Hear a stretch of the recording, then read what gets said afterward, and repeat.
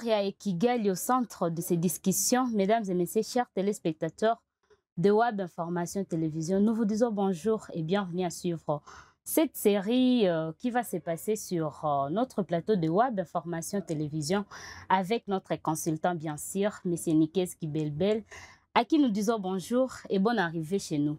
Bonjour et merci beaucoup. Tout le plaisir est pour nous. Aujourd'hui, nous allons essayer de parler de la rencontre du président sud-africain Cyril Ramaphosa et le président Paul Kagame de la République du Rwanda qui se sont rencontrés pour parler des conflits de la République démocratique du Congo et des conflits de l'Afrique en général. Ces derniers ont signalé que le conflit de l'Afrique doit être résolu par les Africains sans pour autant faire recours aux Occidentaux. Je ne sais pas quelle est votre analyse ou soit votre appréciation, M. Nikes Kibelbel. Oui, merci beaucoup. D'abord, il faut toujours féliciter les gens quand ils se rencontrent. Pourquoi féliciter? Vous savez que récemment, avec les affrontements de Goma, les Sud-Africains ont perdu des militaires, ont perdu des soldats sur le sol congolais, tués officiellement par les soldats rwandais, la RDF. Alors, le fait de voir les deux chefs d'État se rencontrer, ça augure des lendemains meilleurs. Il faut féliciter. Ça, c'est la première des choses. Cela signifie qu'au-delà de tout, on peut taire les tensions, on peut taire les émotions, on est là pour chercher des solutions, surtout pour ce qui déstabilise la région des Grands Lacs. Alors, solutions africaines aux conflits africains, c'est un bon slogan, mais la question, elle est simple. Est-ce que les Africains sont aptes, sont en mesure de régler leurs problèmes sans faire recours aux étrangers, c'est-à-dire aux Occidentaux? C'est toute la question. Parce que dans les dossiers congolais, entre les Africains, ça n'a pas marché. Vous savez, le président Lorenzo, qui parrainait la médiation, a échoué au jour de la signature. On est arrivé à Doha, au Qatar, et puis le lendemain aux États-Unis. Solution africaine aux problèmes, aux conflits africains. On l'a dit aussi avant de signer la résolution 2773, 3 pays africains s'étaient opposés. Il y avait l'Algérie, il y a la Sierra Leone, si je me trompe, et il y avait le 3e pays, je pense, c'est la Somalie, qui ont dit non, non, il faut que des solutions soient trouvées, des solutions africaines aux problèmes, aux conflits africains. Mais toute la question reste, est-ce que les Africains peuvent seuls résoudre les problèmes sans faire recours à d'autres pays, notamment aux Occidentaux? C'est toute la problématique. Et pour cette problématique, le président de la République du Rwanda a souligné que malgré les processus qui sont en train d'être entamés dans les pays occidentaux, je peux dire que cela reviendrait toujours à l'Afrique. Je ne sais pas comment vous trouvez sa participation dans ce processus. Ah, mais c'est ça la contradiction, le paradoxe. Le président Kagame refuse la médiation angolaise, accepte la médiation qatarite. Finalement, on arrive aux États-Unis, mais il vous dit les solutions sont toujours africaines. C'est vrai, il a raison. Mais vous savez, le problème en Afrique, c'est quoi? Le problème en Afrique, c'est que c'est des solutions sans sanctions. Et comme il n'y a pas de sanctions, les gens ne veulent pas adhérer à ces solutions. C'est vrai, dans chaque négociation, il y a les accords. Mais maintenant, il se pose le problème de l'application des accords. L'application des accords, c'est les Africains. Si on demande au Rwanda de sortir ses troupes de la RDC, ce sont les Africains qui vont lui demander. S'ils n'acceptent pas, il y aura des sanctions. Or, les Africains sont incapables de sanctionner d'autres pays africains, et notamment dans le cas du Rwanda. Je souligne en passant que depuis l'agression rwandaise de la RDC, à part le Burundi et la SADC, aucun pays africain n'a condamné cette agression, alors que la charte de l'Union africaine parle de respect des frontières des pays membres de l'Union africaine. Et maintenant, les forces de la SADC, quand ils sont répartis, ils ont pris leurs valises pour rentrer. Il y a eu un conflit ou soit des tensions qui ont existé entre le Rwanda et les pays du Sud-Africain. Est-ce que ça ne serait pas une hypocrisie de la part du président Kagame à s'affronter ou soit à s'adresser au président Cyril Ramaphosa? Alors, il faut dire d'abord que la politique est dynamique. C'est vrai que les contingents Sami Dirarisi, donc la SADC, les soldats de la SADC au Congo, sont sortis sous tension. Mais ils se sont... La SADC a négocié avec le Rwanda parce qu'ils ont transité par le Rwanda. Ouais. Donc, le conflit, la politique étant dynamique, on peut passer du stade statu quo pour changer de point de vue. Donc, dans un premier temps, c'est comme je l'ai dit au départ, on félicite une pareille rencontre, mais la politique, ce n'est pas la religion où on doit croire sur parole. La politique, les intentions peuvent être très bonnes, mais c'est l'application. Dans la politique, on juge par les actes. Pendant que le président Kagame a accepté quand même d'entamer le processus de négociation, il a dit que les contributions extérieures de l'Afrique ne donneront pas une solution durable à ces conflits. Que pensez-vous de ces contributions maintenant, pendant qu'il a accepté quand même de déposer l'avant-projet pour cette résolution qui se cherche? Alors, c'est la peur du gendarme. La peur du gendarme fait que les gens ne puissent pas commettre des crimes. Cela signifie quoi? L'Union européenne a pris des sanctions sur 9 personnes, a ciblé 9 personnes, des Rwandais comme les membres de l'AFC M23. Les États-Unis ont sanctionné 2 personnes. Le plus proche collaborateur du président Kagame, qui est le général James Kabarebe et M. Lawrence Kanyuka. C'est des sanctions. Alors, si on va vers les pays africains, c'est-à-dire qu'on sait que là, personne ne va sanctionner personne. Alors, c'est la crainte des sanctions qui ferait dire au président que non, ça n'aboutira pas. Parce que, imaginez, nous avons les casques bleus, la force de la MONUSCO des Nations Unies au Congo. Ça n'a pas marché parce que le président Kagame et le président Museveni les appelaient des touristes. Nous avons le président Tshisekedi a joué au médiateur dans le conflit entre le président Kagame et le président Museveni. Il les a réconciliés. À un moment, le président Tshisekedi était même très proche du président Kagame. Il lui a donné des avantages économiques. Mais on ne sait pas, on ne s'est pas entendu. Le président Tshisekedi est allé à l'EAC. Les troupes de l'EAC sont arrivées au Congo. On n'a pas trouvé de solution. La SADC est arrivée, pas de solution. Cela signifie que quelque part, il y a une mauvaise foi. Donc, tant qu'il n'y a pas de bonne foi, tant qu'il n'y a pas de garde-fous, rien ne peut marcher. C'est pourquoi les Africains craignent des sanctions que les Occidentaux peuvent leur imposer. Et ils disent que les problèmes africains doivent être réglés par les Africains. Mais ça serait une très bonne chose qu'aujourd'hui, imaginons la scène. Le président Kagame prend son téléphone. Il appelle le président Tshisekedi. Il dit, mon frère, excusez tout ce qui s'est passé, mettons ça dans l'oubli. Alors, je retire mes troupes. Voilà, voilà, voilà. Je pense que tout le monde va applaudir. Dans les rues de Goma, de Bukavu, partout, ça sera la grande fête, les grandes manifestations. Donc, si c'était par baguette magique, ça peut se faire. Mais, comme on l'a dit, même l'enfer, pour ceux qui ont déjà été en enfer, même l'enfer est pavé de bonnes intentions. Donc, les bonnes intentions seules ne suffisent pas. Il faut juger aux actes.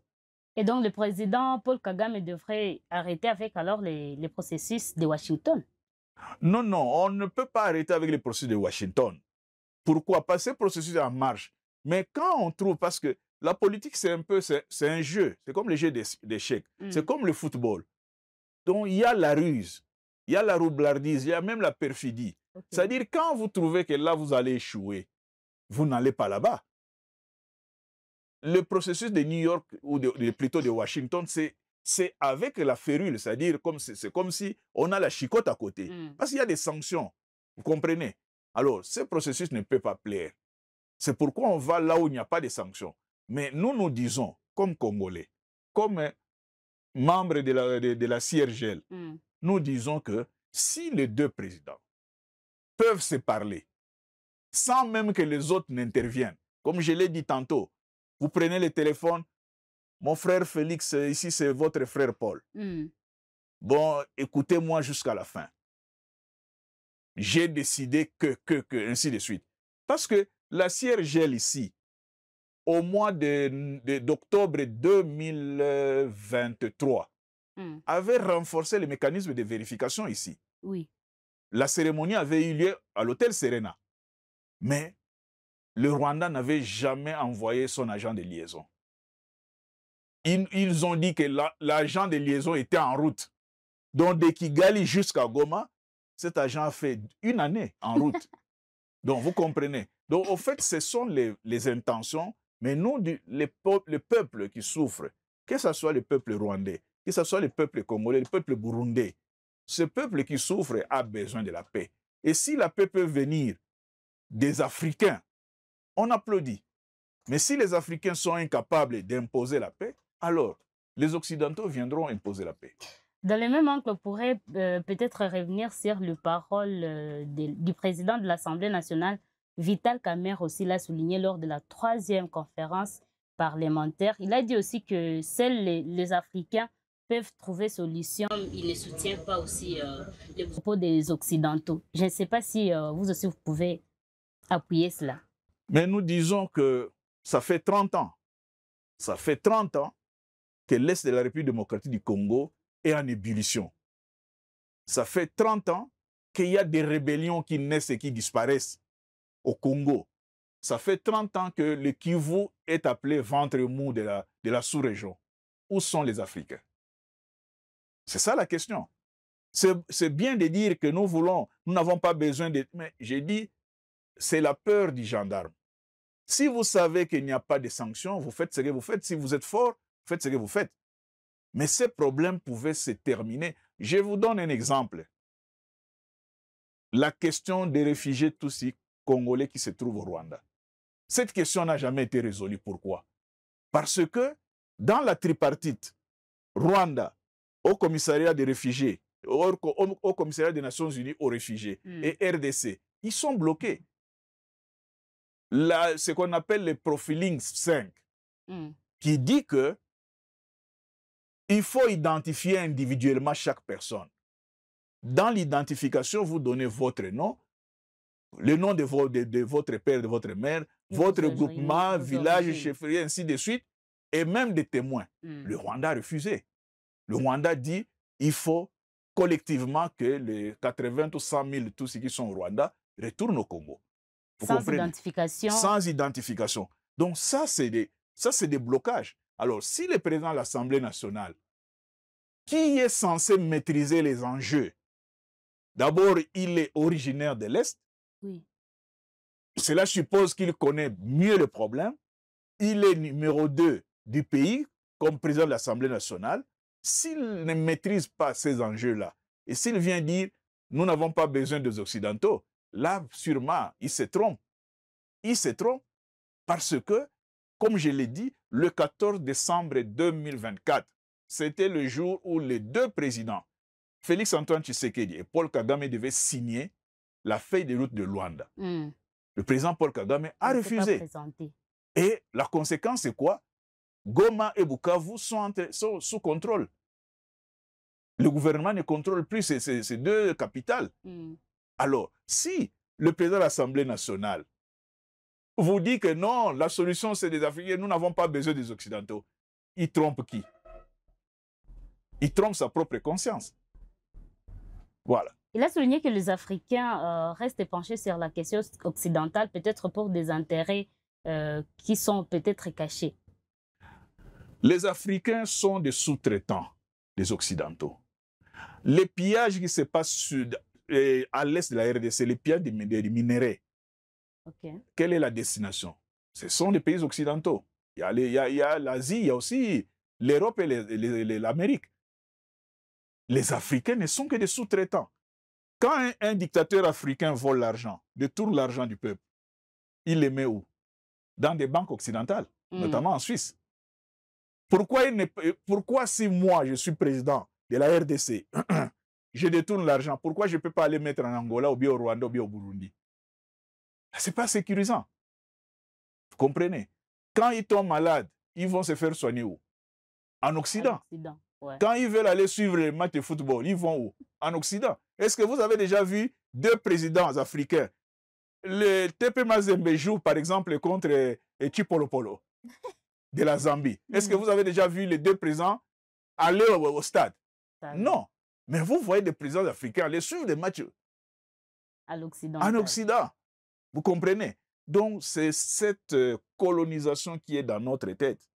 Alors, de faux intellectuels vous disent non, nous devons régler nos problèmes entre nous, sachant bien que nous n'avons pas toutes les manettes, toutes les manœuvres avec nous. Et que nous, financièrement, nous sommes encore dépendants des Nations Unies. Le président Trump a supprimé l'USAID. Vous voyez comment tout le monde pleure. Oui. Est-ce que vous saviez que toutes les ONG qui pullulent dans l'Est de la République démocratique du Congo travaillaient surtout avec l'argent des Américains? On ne le savait pas. Aujourd'hui, on le sait. Vous comprenez? Donc, nous sommes encore très, très, très dépendants de l'Occident. Alors, ceux qui maîtrisent bien, vous dites, les débuts de ces conflits, il y a de cela 30 ans, ce sont les mêmes qui réclament aujourd'hui d'épargner les Occidentaux de la résolution. Est-ce que ça ne serait pas une hypocrisie ou une contradiction de la part de ces acteurs? Mais c'est une hypocrisie. Pourquoi? Parce que quand vous avez cité le président de l'Assemblée nationale, nous tous, enfin pas nous tous, les observateurs, les analystes, les experts, ils savent comment la guerre a commencé. La guerre a commencé en 1990 avec l'attaque de la frontière par la NRM, c'est-à-dire les Ougandais et les FPR, Okay. en 1990. Et tout le monde sait que si n'eût été les États-Unis, les génocides au Rwanda n'auraient pas lieu. Tout le monde sait que n'eût été les États-Unis, l'AFDEL n'existerait pas. Je peux continuer. Alors, quand un responsable congolais qui est censé maîtriser cela, il vient vous dire que non, nous c'est entre nous, nous allons entre nous comment? Mais qu'il demande, la MONUSCO a dit qu'il y a 4000 Rwandais, soldats rwandais sur le sol congolais. Alors, qu'il demande au président du Rwanda de retirer ses troupes, comme par une baguette magique. Là où d'ailleurs le président rwandais dit qu'il n'y a aucun militaire rwandais sur le sol congolais. Donc vous comprenez un peu. C'est-à-dire que nous ne devons pas jouer à l'hypocrisie. Nous ne devons pas plaire aux autres. Surtout que la déclaration est faite en Ouganda, là où pratiquement Museveni est le parrain politique du président Paul Kagame. Ouais. Donc on peut comprendre que c'est une flatterie, mais la réalité est tout autre. Est-ce que ça pouvait être une preuve de collaboration du président de l'Assemblée nationale avec le président Paul Kagame? Ah, je ne peux pas dire que c'est une preuve, je n'ai pas de preuve. Vous me posez la question sur sa déclaration, nous analysons sa déclaration. Oui, maintenant, ce qui est caché... Ces deux déclarations coïncident en fait. Maintenant, ce qui est caché, nous ne saurons pas le dire.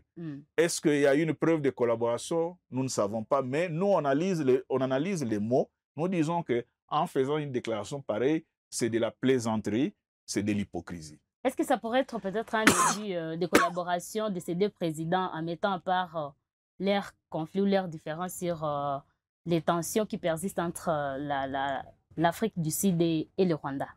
Mais alors, nous l'avons dit, si ça concourt à la paix, c'est une très bonne chose. Parce que regardez, l'EAC aujourd'hui, l'EAC militaire est inopérante.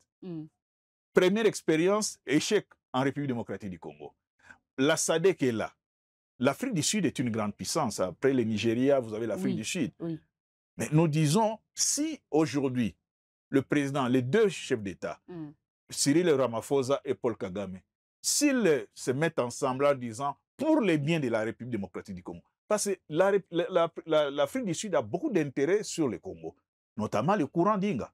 Vous comprenez? Donc, s'ils se mettent ensemble en disant nous trouvons la solution, mais on applaudit. On applaudit, mais tant que ça reste au niveau des intentions, nous observons et nous disons qui vivra verra. Le processus alors de Washington, qu'en dites-vous aujourd'hui, parce que ça concerne le Rwanda et la RDC? Alors, le processus de Washington avance, évolue.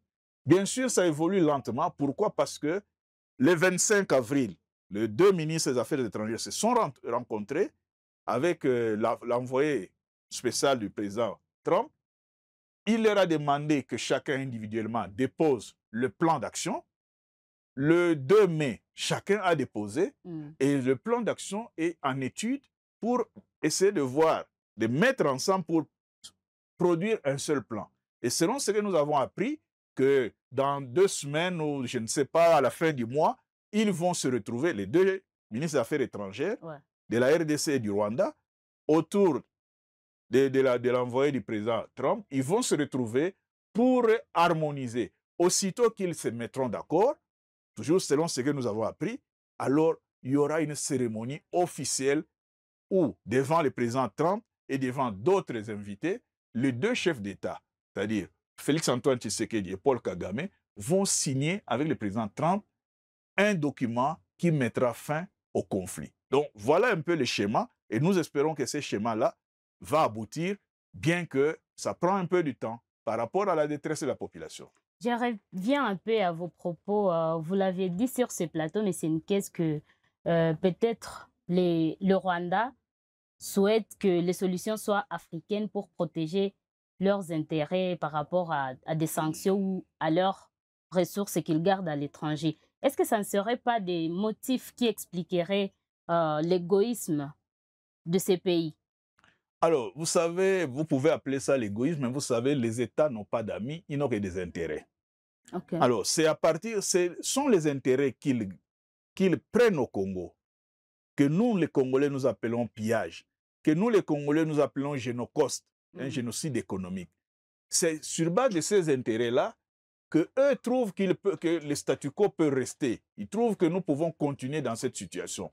Alors, ceux qui ont compris que non, le peuple congolais a besoin aussi de vivre, ce sont ceux-là qui viennent en disant, vous ne faites pas ceci, nous prenons des sanctions. Donc, nous disons qu'on a besoin de la paix dans toute la sous-région, et si cette paix doit passer par les États-Unis, qu'on le fasse. Si on nous dit que la paix, c'est les Africains qui doivent amener la paix, alors qu'ils le prouvent sur terrain et qu'ils le prouvent par les actes. C'est tout ce que nous disons. Est-ce que ça sera facile pour les présidents, par exemple, Donald Trump, de laisser cette solution aux Africains? Parce que lui, il a des intérêts des minéraux qu'il protège aussi dans les accords Congo-États-Unis. Le président Trump est un homme d'affaires. Comme vous l'avez souligné, il a des intérêts. Vous avez vu en Ukraine comment il fonce. Vous venez de voir en Arabie Saoudite. Il a même reçu en promesse un cadeau de 2 avions. Oui, oui. Parce que son avion est déjà vieux. Oui. Donc vous comprenez tout ça. Ce sont les affaires qui dictent le monde. Nous sommes dans le néolibéralisme. Et donc le président Trump ne va pas dire, bon écoutez, Kagame, Tshisekedi, allez vous entendre, moi je me lave les mains. Sachant bien que la RDC a ce qu'il faut pour que les États-Unis restent une hyperpuissance. Donc il ne va pas croiser les... Il est déjà dans le jeu.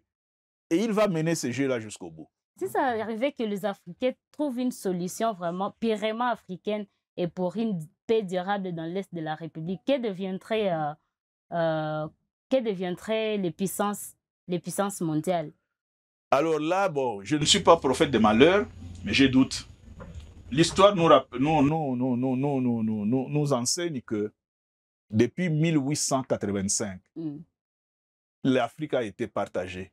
Ces pays, tous les Occidentaux, les grandes puissances, ont les yeux tournés sur la RDC depuis 1885. L'histoire nous rappelle aussi, nous enseigne aussi qu'en 1960, lorsque le Congo obtient l'indépendance, par crainte que le Congo bascule vers les communistes, Lumumba est tué par une coalition belgo-américaine et avec la complicité des Congolais. C'est l'histoire qui nous l'enseigne. Donc l'histoire nous fait voir que, en réalité, les richesses de notre pays, tout en appartenant aux Congolais, sont convoitées par les grandes puissances. Maintenant, il nous revient à nous, les Congolais, de voir comment nous pouvons, dans des rapports, dans des accords, à faire les win-win, les gagnants-gagnants. Mais je doute fort que les Américains puissent se laver les mains en disant « Nous faisons comme Ponce Pilate, réglez vos problèmes entre vous », ça je doute. Je disais, peut-être pour aussi finir, les casques bleus auront-ils encore de la place en République démocratique du Congo ou soit même au Rwanda, parce que selon les accords du Qatar, il y avait aussi les Rwandais qui devraient accepter la protection des casques bleus. Est-ce qu'ils auront de la force comme ils agissent aujourd'hui? Alors, la première des choses, oui, les casques bleus vont rester, donc la MONUSCO va rester. La représentante des Nations Unies, la représentante des États-Unis aux Nations Unies avait déclaré que comme ce sont les Américains, ce sont les États-Unis qui sont le plus grand contributeur de la MONUSCO, ils ne peuvent pas accepter l'échec on doit redimensionner, redonner, revoir le rôle de la MONUSCO, parce qu'effectivement, la MONUSCO doit jouer ce rôle. Par exemple, la protection des civils, sauver les blessés, tout ça, ainsi de suite, c'est la MONUSCO qui le fait. Donc, la MONUSCO va rester, on va lui donner un mandat peut-être plus offensif, ou bien on va revoir le mandat qu'on va lui donner. On demande simplement au Rwanda de respecter, parce que le Rwanda, c'est le 4e pays contributeur en troupes dans les missions de maintien de paix. Alors, si le Rwanda, qui a des militaires dans les missions de maintien de paix, ne respecte pas les soldats de la paix d'autres pays parce qu'ils sont au Congo, c'est anormal. C'est pourquoi on dit, vous devez aussi respecter les casques bleus qui sont au Congo, c'est-à-dire ne les attaquez pas, ne les ridiculisez pas, ne les humiliez pas. Parce que vous n'accepterez pas qu'on les fasse avec vos propres soldats qui sont aussi des casques bleus ailleurs. Un mot de conclusion, M. Nkes Kibelbel, pour mettre fin à ces discussions. Alors, nous souhaitons que le rêve utopique des Africains qui doivent trouver des solutions aux conflits africains, que ça puisse devenir réalité. Sinon, qu'on laisse les Américains, qu'on laisse les Occidentaux nous amener à une solution durable. Parce qu'ils font aussi partie du conflit.